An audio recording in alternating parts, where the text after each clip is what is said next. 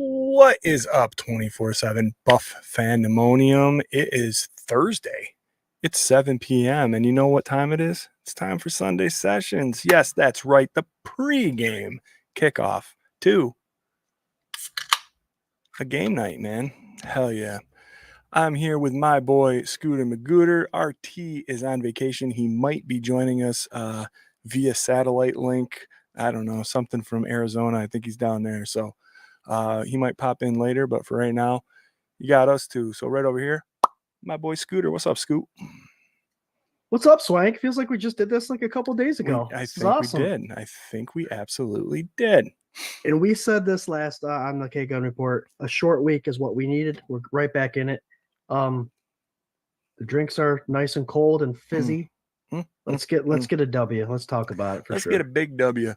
And an interesting fact is where Ryan is. It's only 4:00 there. He's watching a 4:15 game today. he's watching an afternoon game, man. What the hell, right? Dude? We got Uncle James. What's up, Uncle James? He says, "What's up, Mafia?" We got Lisa Johns helping us out with our audio. Appreciate you.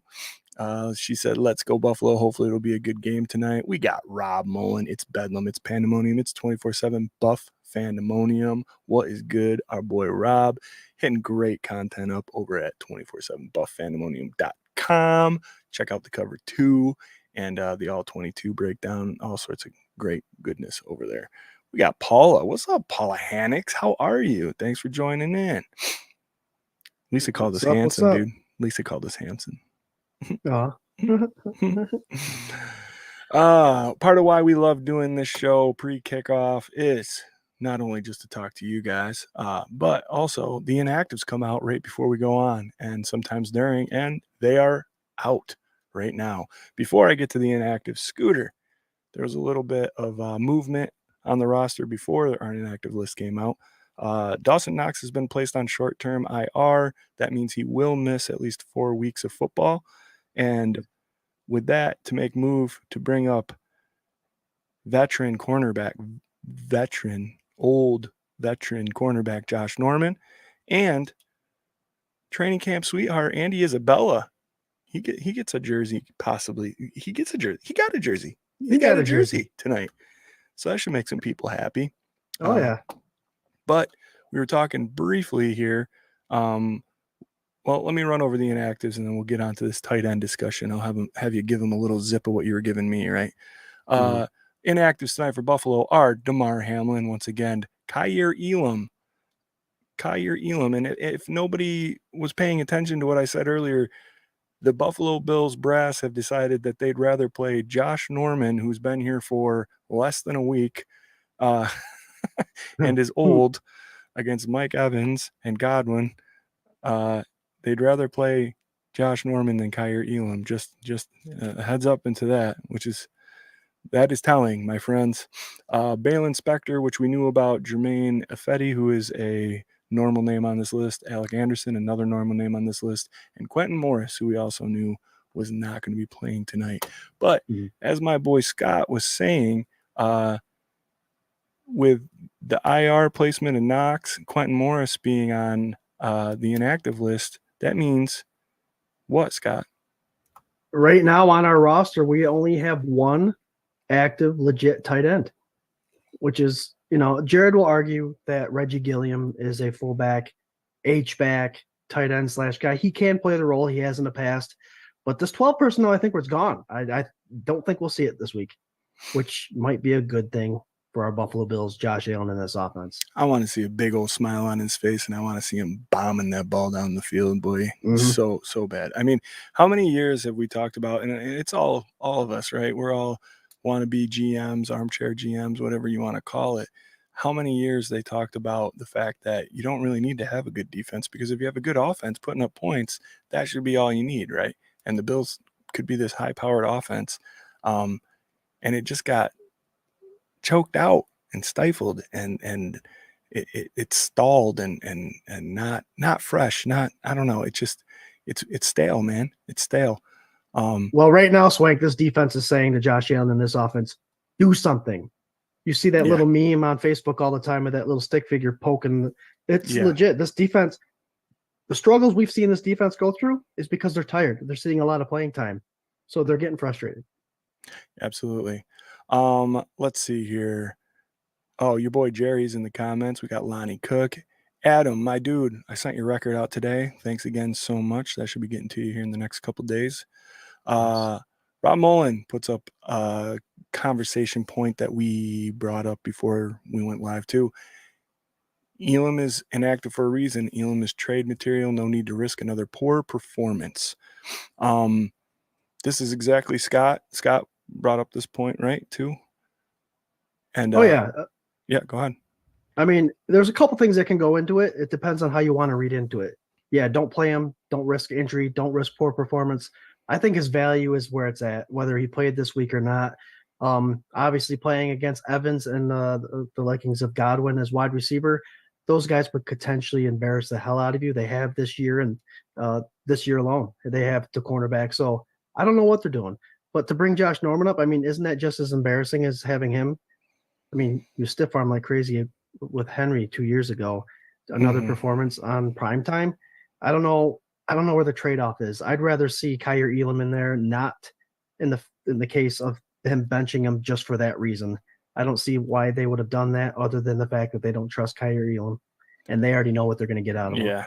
Yep, and I see all that. My point on it was too that, like, I don't think, he's put enough on film to, like, maybe you throw him in and he gets a pick or something. Maybe you get lucky, maybe at least he's youthful and he can, like, hang. Maybe, I don't know. He's got to be faster than Josh Norman.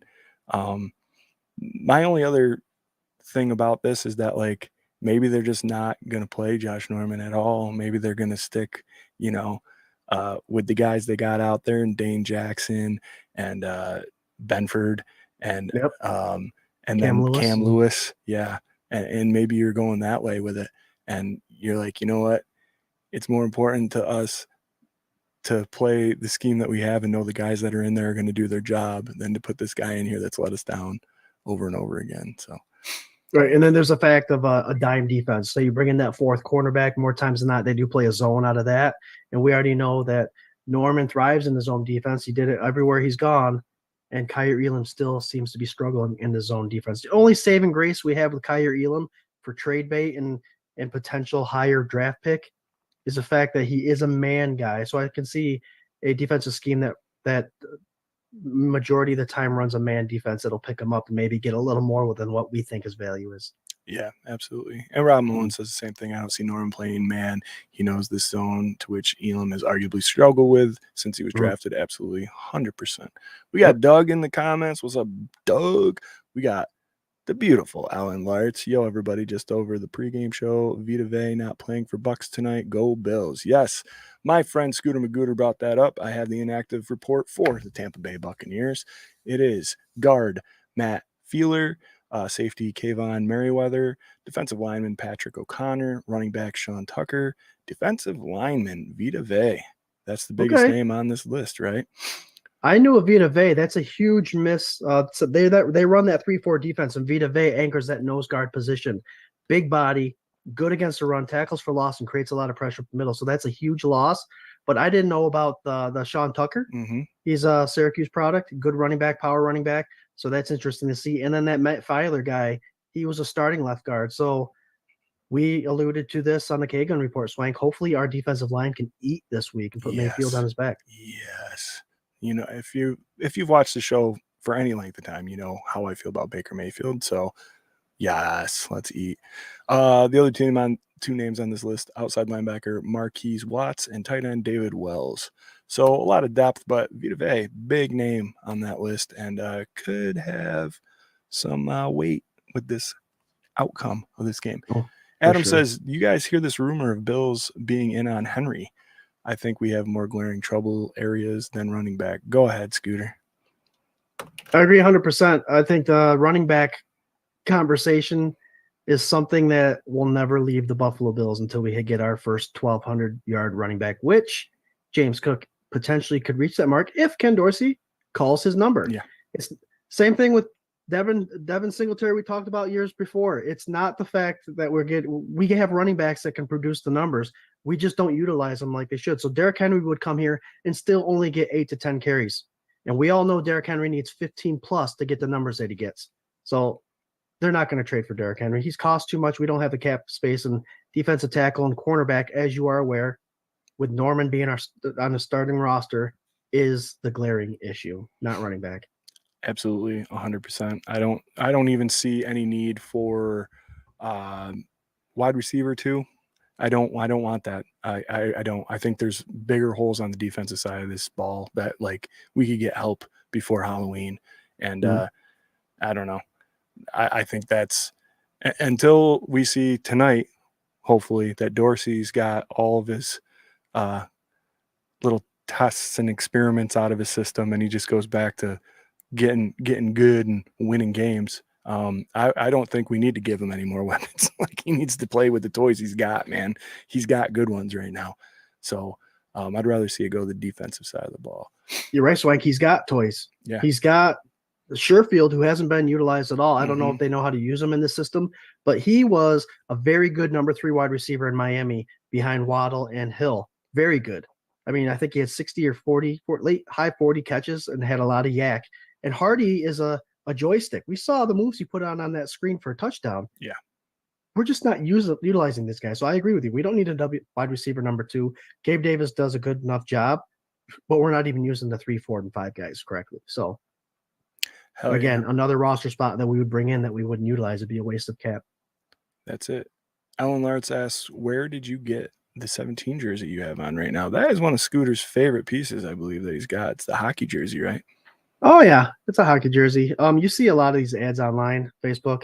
There was a guy that we helped promote a little while ago on our page for these shirts, and I don't know if he is around anymore. He changes his name up quite a bit, but he helped us out with a couple of these. Like, that's what I got him through. I'd say his name, but it changed like 5,000 times. Yo, over on Facebook, we have High School Live putting in a bunch of comments. I wouldn't click that link if I were you guys. He's trying to tag people. If we can get over there and block him, that would be good. Hey, Jerry, if you're watching, man, go block this clown, man. Let's see here. Chris Christian, is there a CB2 we could afford that's better than what we have? I just did it. Did it? Nice. All right, there you go. What do you think, buddy? What was the question? Is there a CB2 we could afford that's better than what we have? That's from Chris Christian. I think it's somewhere. I honestly see if the Buffalo Bills go after CB number 2, it's going to be someone that's still on a rookie contract. There are a lot of rookies pulled the year that Kai Yearham was playing. Someone like an Andrew Booth out of Minnesota. A lot of people like Patrick Surtain out of Denver. Those guys fit our system. Those guys are a couple of guys I'm not going to brag that I was pushing for in the draft the year we got Kyer Elam that unfortunately didn't land with us. So potentially there are young guys that could fill this spot and be very effective. And hopefully they would be on a rookie contract and we could save money for the next 3 to 4 years. I think that would be the smart move by Bean. Absolutely. Rob Mullen says Jones is not coming back anytime soon, and we've seen little to nothing out of Poona Ford, so our defensive interior is vastly in need of improvement and should be priority if we are in fact considering bringing in anyone. They did make a little bit of Tell me a room. trade with Minnesota. I said Andrew Booth, but Minnesota bringing in Harry back. What do you think about that, Swank? I don't know. I mean, great. It'd be, I think everybody would be all about it. It just doesn't. I don't know. You know what you're going to get if you get Harry back here? You're going to get what he did. And he got traded, or not even traded. He got they just didn't re-sign him. So, right. I mean, you know what you're getting. I'm not saying he's a bad player. I just say that he's like an average player. A great guy. I love him. I would not be bummed out if he came back, but I don't know. I think if we're really making this push and the offense is getting right tonight, which I swear to God, we're going to get into this game here pretty soon here, kids. But if we're really getting right and this offense wakes the hell up tonight, Dorsey does what he needs to do. Do you really want that piece to come in to help? I want something a little bit more substantial, I think, than Harry. Another DT, sure, but I think it's got to be just one notch up from Harry. I think you got to match what Daquan Jones was providing for sure. Yeah, and that's going to be hard. That's going to be hard because he was playing out of his mind. Yeah. And you know what else helps this defense out, Swank? Defensive line, linebackers, corners, and safeties. An offense that can sustain the drive and put points on the board. Absolutely. Kiddos, welcome to Sunday Sessions. You guys got killer viewership. Thanks for hanging out with us before kickoff here. It's 7:15. We'll be on until around 7:30, maybe a little later. Don't forget, Sunday Sessions is a part of the Buff Fan Base Network. And with that, we are partnered with 26 Shirts. Go to 26shirts.com, see what Del Reed and the gang has going on. Buy everything that you can. Every shirt is connected to a charity local to Western New York, a family in need, a kid in need. And it's great. Just go check it out, see something you like, and do it up. Mm-hmm. So, Tampa Bay Buccaneers are coming to town. We got Baker, mediocre Mayfield hitting the field. I don't have it for this guy. I know there's polarizing opinions. I've always, since Cleveland, I don't know. His highs are too high, his lows are too low, and usually they're low. And I just don't have the respect, I don't think, that some people may have for him or had for him. I think this is a very, very winnable game. And I think what we need to do is just punch Baker Mayfield in the mouth. Scott, what do you think this defense has to do to slow this Tampa Bay Buccaneers offense down? Exactly that. You said it earlier with the actives and inactives. Matt Filer is inactive, a left guard. And with the injuries we've had at defensive tackle, I think Poona Ford and Tim Settle, those guys, Jordan Phillips, can make a difference in this game to make Ed Oliver pretty destructive. It is up front. I've been preaching that many weeks to say that it's in the trenches. I think that's the best way to get to and in the head of Baker. He's going to make the mistakes if you get in his head. He's going to make the mistakes if you force him to make the plays. He does have two stellar wide receivers out there in Godwin and Evans. Evans doesn't seem to ever age. He's always one of the later draft picks in the fantasy football for wide receivers, and yet he puts in top 5 numbers. It's crazy. But create pressure. I think we've discussed in the K-Gun report that Bills fans are not only going to be loud tonight, but they're pissed off. Yeah. Like, we are legit pissed off at the last couple of weeks of play. So, and we know and we feel in our hearts that we make a difference in this game. So we're going to do our part. So this defense, I think if the offense is the offense that we think is going to happen, Swank, and we'll get there, I think this defense will thrive. I think it's all about juice. I think you get a couple good plays right off the get. You get that stadium on your side, which, of course, let's be serious. They're always on their side. But if you want the Mafia to do their thing, you come out there right off the get.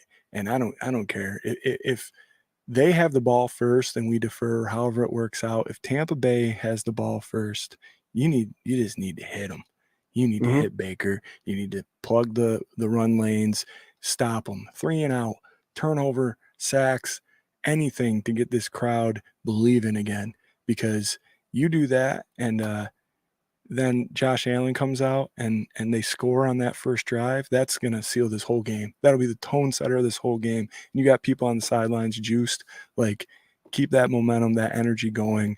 do what you do, start having fun, and you know, we're 5-3. We're marching on. There's a new era for the second half of this season.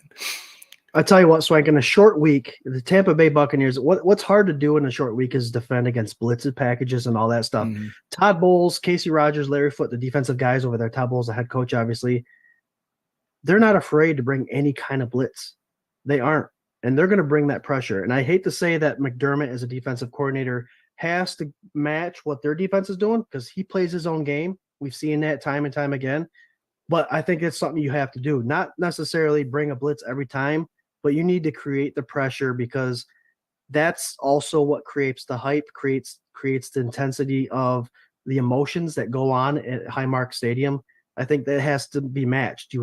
If the Tampa Bay Buccaneers are bringing the pressure and getting to the quarterback, we're going to be even more pissed if we see this zone defense letting give, and us not being aggressive. So I'm not saying McDermott, you call the same kind of defense as Bowles does, but you need to create opportunities for turnovers and sacks. Yeah, 100%. I mean, he is an aggressive play caller on the defense. He does send pressure. He's not afraid to take these chances. I want to see Floyd in the mix tonight, man. We were talking about it on Tuesday. I love that guy. And as far as your bold prediction goes and all that, yes, let that man eat. Get him back there. I'd love to see Vaughn get a couple. I want my boy Groot to get back there and be disruptive. With all these playmakers on the line, you got to think one of these guys is going to be able to break free. And as soon as that guy breaks free, then they double team over here and the other guy breaks free on the other side. And then you get fresh legs in there with Epinesa. Like there's so much talent on that position group that like something has to happen. And I think, McDermott, he should take some chances, man. You got a depleted defense. You got to start being aggressive. You got to start blitzing. You got to start doing these things to knock them off their game because right now the game plan is we can run it on them, and on 3rd and long, we can bomb it, and your corners can't hang with any wide receiver that's out 15 to 20 yards, and we'll pick it up every time. The Jaguars did it. The Giants were doing it to a certain extent, and the Patriots did it. So it's I think it's put up or shut up. It's kind of like, let's go. We run it, get in his face, knock him on his ass. And our linebackers and Dorian Williams and Terrell Bernard and Tyrell Dodson, if they're out there, when they do bring the blitz packages, Mayfield likes to use the running back. He does. I have Rashad White on my fantasy team. I keep him in every week just because of the attention he gets in the passing game. So they have to mind their P's and Q's. We're bringing the blitz, but you got to keep in mind that Baker Mayfield is a smart enough quarterback to dump it off to his running back. As he's shown in the past, he likes to do it. Mm-hmm. So it's all about gap responsibility, play responsibility, and keeping your assignment. And if you're going to bring the pressure, you better get them damn hands up. Baker Mayfield's not that tall. Yeah. Our defensive line is. Get your hands up if you're not getting in there. Absolutely. Tip drill all night. Yep. Let's see. Ellen says Vaughn and Groot need to make a wish. I like it. I think that's wishbone formation. She wants him to snap Baker, I think is what's going on. Mm-hmm. 722 kiddos, thank you so much for hanging with us. Let's go back through these this bold prediction, X Factor, and our score predictions. And you guys, please hit us up in the comments with your thoughts. Let's go to the bold prediction there. Scooter, are you sticking with your one from Tuesday, or are you moving on? No, I'm going to stick with Tuesday. I think Leonard Floyd has what it takes. I think it was a tough week last week, but he's going to get 2 sacks, and he's going to go up a half a sack on the amount of games he played. I think he is a very high potential for someone that could push that 18 to 20 sacks this year, and that'll be crazy. Free agency pickup of the year. A lot of people thought he was just there to hang on for Von Miller until he got back. McDermott told us right off the bat that he had different work for him. He wasn't there just for that, and we're seeing it. Yeah. So my bold is 2 sacks for Floyd. Sticking with it. I like it. My bold was 2 sacks from Groot himself. I'd like to see him get in the action. I don't know. I think this defensive line can eat. I've already said it like 4 times tonight, but this defensive line can do something. These ends need to do something. I know that interior defensive line is a little light on depth, but these guys need to start stepping up, man. I don't care. It's next man up. I was excited when we brought Settle in. Eddie O, he's not on this list. He's playing tonight, so we should be happy about that. We haven't even talked about that yet, right? Ed Oliver. Damn, forgot about that. Yeah, hell yeah. You're right. Ed Oliver in there. So now you got one of your veterans back in there. Settle can hang. Jordan Phillips has been playing healthy and okay this year. Maybe with Ed in there, that'll make him better. Yep, So yep. I want to see these ends. I want to see these ends start to eat. This defensive line in general get back to form where they were earlier in the season. So group for 2 is my bold. Let's see. Chris Christian says Kincaid 2 TDs. I love it, dude. He's the only tight end out there. He's the only tight end out there, and I'll go FanDuel on everybody right now. Right now I would go the over his receiving yards. I would go 2 touchdowns, and they have a 50% profit boost. So double up your money on that one, guys. There you go. I'll tell you what. I ran to the bold predictions here. I guess we can cap that off, but we haven't talked about our offense. How the hell have we not talked about this offense, Scott? I was getting ahead of myself, man. I'm too excited to get to my pregame. My pregame I know, rituals, right? Dude. My wife's got garbage plates all prepared, so I'm on. Nice. So we've been talking all week, for the last 3 weeks about Ken Dorsey. We've been talking about 11 personnel, 12 personnel. We've been talking about tight end usage, wide receiver 2 through 5 usage, running backs. Is Latavius Murray going to be on the field for the first offensive snap? Come on now. That's my X factor. James Cook right there. Scooter, what does this offense have to do to get back on track and beat the hell out of the Tampa Bay Bucs tonight? Well, there's 2 people that Bills fans are going to watch is Josh Allen with this offense and Ken Dorsey. I kind of said a little bit about it on the Kagan report, but this is a game. It's a forced hand because of our tight end situation for sure. 11 personnel, we're going to see a lot. And it may be a forced hand that saves this season. Jared, you can clip this out later on if you want and push it during the week, but it's a forced hand, 11 personnel. Hopefully we realize that this is the offense that we need to utilize until that 12 personnel gets worked out, because there's a lot of kinks. Obviously, we're 4-3 and the offense hasn't produced. So I think this is a great opportunity for Josh Allen, Ken Dorsey, James Cook, Kincaid, all those guys to showcase what we can do in 11 personnel, and that it hasn't completely been written off. So offense, put points on the board. Throw the ball deep more than just once or twice. Stretch the outside of the field. We haven't seen a deep ball on the sidelines. Most of our deep balls are in the middle of the field. So I just want to see the stretched out and just a good game plan. But I think this is a week where we find out 11 personnel is the offense that we will run for the rest of the season for this playoff push. I love it.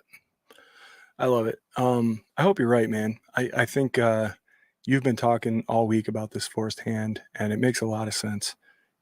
I bet you if they go out there and they're productive in the first and second quarter in 11 personnel and they win this game, you're going to hear Sean McDermott say something about it in his presser.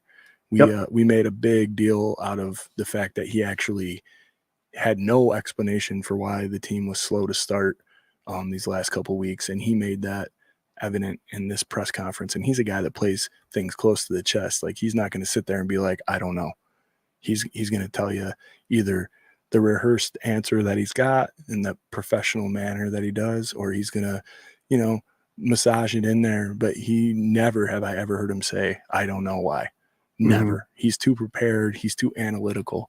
So for me, that tells me that Dorsey is on his last leg as far as confidence goes. Contract, we'll see.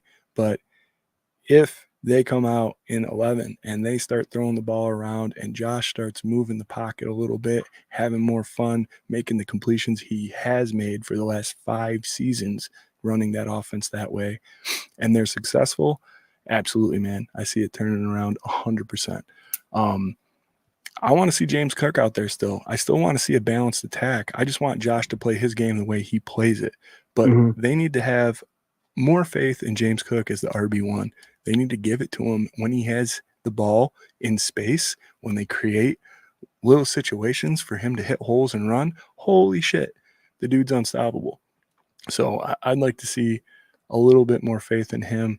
And I think if you do that and you start hitting them with the run and you start hitting them over the top and you play a nice balanced game, you're going to stack points on these sons of bitches.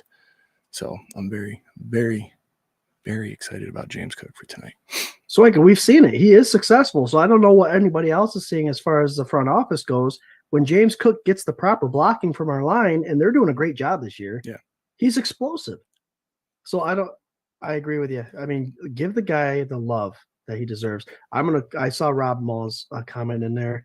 I wouldn't doubt at all if you saw a screen pass today to the running back and a jet sweep. Like I said, a forced hand to the 11 personnel. We're going to start seeing a little bit of that offense. Well, should I run this twice for both of you or just once? Yeah, I said it. What you need to do is get back. Yeah, he did say it. And you can hear everything. You can read everything that he does say over at 247buff Fandemonium.com. That's our content creator extraordinaire, Mr. Rob Mullen, bringing the heat. Rob. Johns need to spread the love on offense, including a running Josh Allen. Great point, Johns. We need at least a kiss of this, man. There needs to be the threat. That is what holds those linebackers in purgatory, man. If you get a couple nice runs from him, and again, I don't want the designed run. I want the extend the play. There's nothing downfield. Pick up 7 to 12-yard Josh Allen runs where they don't know what the hell to do with them. If he rolls that pocket right, that dude is an assassin.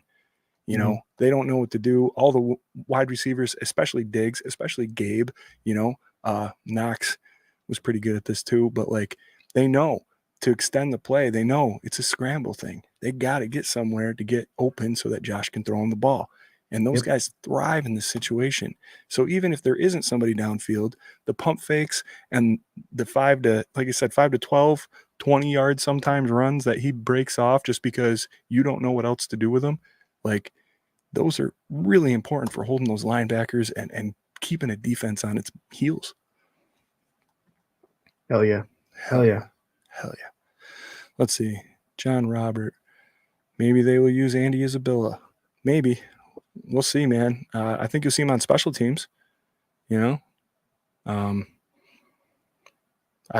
would love it. Listen, we always talk about the training camp guys and the dudes that the Mafia is like this like very special fan base where we know everybody that's even 5 degrees separated from the team. Like we know everybody, dude. And he's one of those guys. Give him a shot, man. I don't give a shit. Throw a reverse to him. Let's see what he can do. He's a fast little guy, right? Let's go. Anything. He maybe just uses a decoy, and that's all right. Yeah. Hey, Kinsley is the high school, the same person apparently doing the.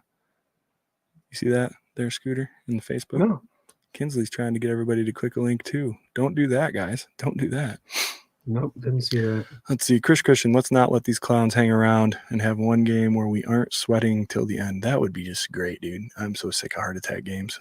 Oh, my God. Let's see. Adam says another threat is going to help, and it's been lacking. Yes, sir. Need to run so running wide receivers can get separation. Yes, John Robert. Yes.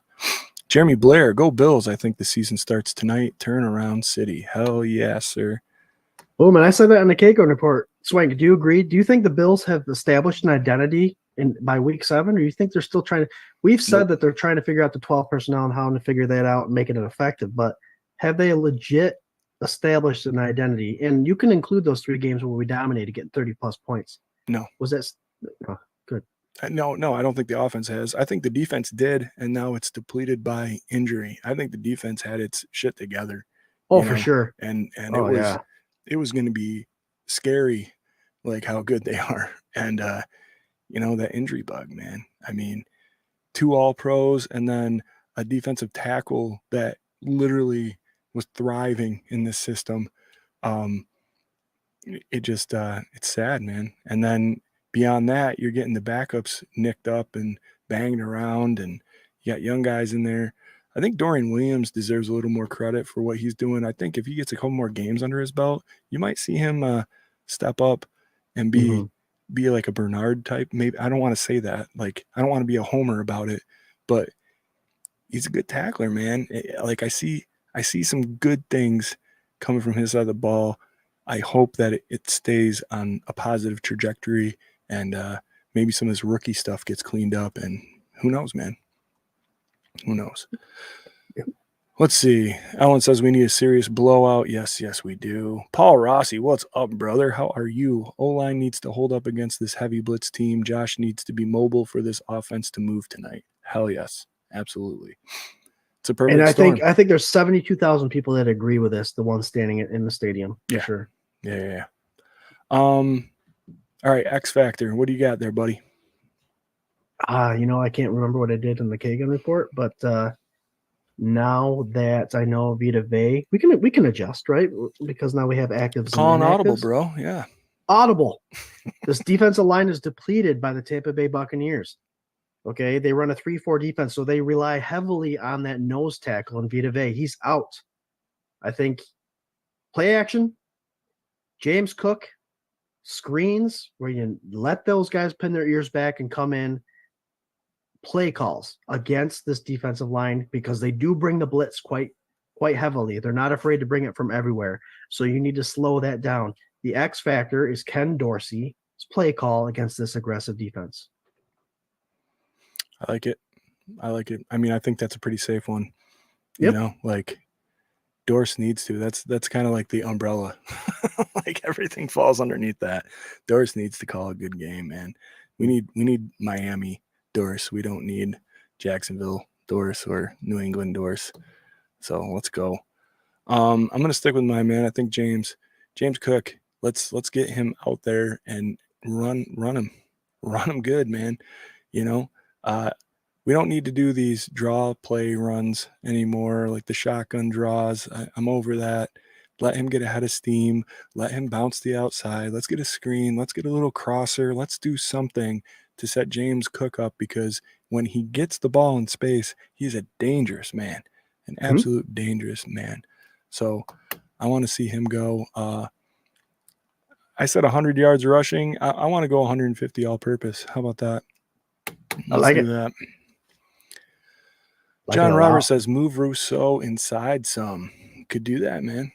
Absolutely could do that. I like it. Josh Allen. That'll be that NASCAR package, right, Swank? Yeah, the NASCAR package. That's right, damn it. Josh Allen, 2 rushing TDs, 100 yards, X Factor from Adam B. Good get. Paul Rossi, crazy thought. Elam replacing Johnson in goal line to man cover the T. Well, I'll stop you right there, dude. Elam's inactive, so we'll yeah, Paul, they brought up Josh Norman. Yeah, Josh Norman's there, and I don't want Josh Norman there and replacing Johnson. Lisa says, at least it's a beautiful night for football. Hell yeah, it is. Ellen, would love to see a blowout. Bills need to get the ball, step on the gas, and keep on going. Paul Rossi, maybe less Cook tonight to improve our blitz pickup. I can see that, man. Good call, Paul Rossi. Gilliam and Murray in the backfield to protect Josh. As long as Murray's not out there on the first damn play from scrimmage, man, that's all I want. I do not want that. We're watching that too. I know. I watch it. It's every week. I'm like, why is he? I mean, I love. I'll have my phone ready, Swank, going. Yeah. There he is. Yep. Yeah. Cook start records all screwed up, dude. Yep. Yeah, 65 and overcast. It seems like a pretty good night. Absolutely beautiful, guys. It's 7:38. We got to get these score predictions and get on. So throw your score prediction in the comment if you haven't already. And if you have, do it again. And don't forget, we're part of the Buff Fan Base Network. We're here before every game for Sunday sessions. About an hour and a half before kickoff, we'll give you your inactives and everything. Usually joined by RT, Ryan Thomas, of the Thomas Takes Sports podcast. He's in Arizona. I think he's at some, I don't know, country bar somewhere doing, I think he's riding a bull, sipping like pineapple upside down cakes or some shit like that. He's doing belly button shots and all that stuff. Body shots. But he's usually here with us, and he's a great time. Make sure that you check out his podcast and live stream wherever you get them. Yeah. We got Rob Mullen coming in 31-17. Scooter, what's your score prediction, buddy? What I'd like to see versus what I think is going to see, because they've humbled me the last couple weeks. We've already said I think we're going to see 11 personnel, explosive offense. It potentially could be a lot of points, but I'm going to be humbled and say 24-17. Buffalo Bills win, only because it's hard. These last couple weeks have been so difficult to watch. 24 points, I think, is good for Buffalo. And just this defense, I hope they're not too tired. Hold them to 17. We win. Hell yeah. Hell yeah. Paul Rossi, 24-20. Chris Christian, 34-17. Your Buffalo Bills, baby. John Johns, 27-17, just like Scooter Magooter. Lonnie Cook, Bills win 32-7. Listen, she wins everything. She might be right. Mm-hmm. John Roberts said, as long as Bills win, I love it. For me, my score was 28-10, I believe. I'm sticking with that, man. I think I'm going to give the Bucs like a second quarter TD, maybe whatever, however fluky way they decide to call like 7 or 8 plays together. Maybe Evans gets out of the jam and they like score a touchdown. Other than that, a field goal and that's it. Be on Baker Mayfield's ass all night and let Josh do Josh things, and this game is in the bag. Like, I'm laughing because I predicted a shutout last week and Patriots went right down on that first drive and scored a touchdown. I was like, oh my God. But I'll say the way that this defense is, and it was this way with Leslie too, the scripted plays, most teams last season, they would come down and march down first possession, they'd score on us. And then after that, it's quiet, man. True. So see what's up. Alan says Bills 35-17. Yeah, hell yeah. What do you think, Scoot? We about out? Ready. Okay, I'm ready too. Guys, thank you so much for hitting the comments, being great with viewership, spreading the word. Don't forget, you can catch us right here before every kickoff for every regular season and playoff game. About an hour and a half before for the Sunday sessions, brought to you by 24/7 Buff Fandemonium and the Buff Fan Base Network. Don't forget about the K-Gun Report every Tuesday, 8 p.m. Eastern Standard Time. You can catch that on all the same networks, YouTube, Facebook, all that crap too. Scooter, what's your final thought, buddy? Final thought is we do have a game day thread that goes on the 24/7 Buff Fandemonium group, guys. It's a place where you can come complain or jump in on the celebration for touchdown passes, touchdown runs, all that good stuff. It's just a way that us Bills fans, we appreciate the Bills Mafia so much. You guys, your support and these comments. It's just another place you can go to and drop some lines, drop some wishes. I wish they would throw a screen every once in a while. And it's a nice area to just get on the computer and type away. Look for the game thread on 24/7 Buff Fandemonium group. If you haven't joined, join up. But that's where it's happening right now. That's where it's at. That is where it's at. Guys, we're halfway through the season. All is not lost. Let's turn this shit around tonight and get the W. We love you guys. Go Bills. Yeah, we'll have our record figured out before everybody else on Sunday. So it's a nice Sunday to go into. Let's hope it's a W. 5-3 is a lot better than 4-4.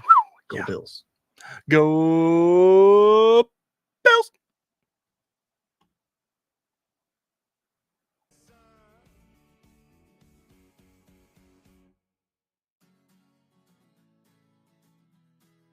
Let that fuse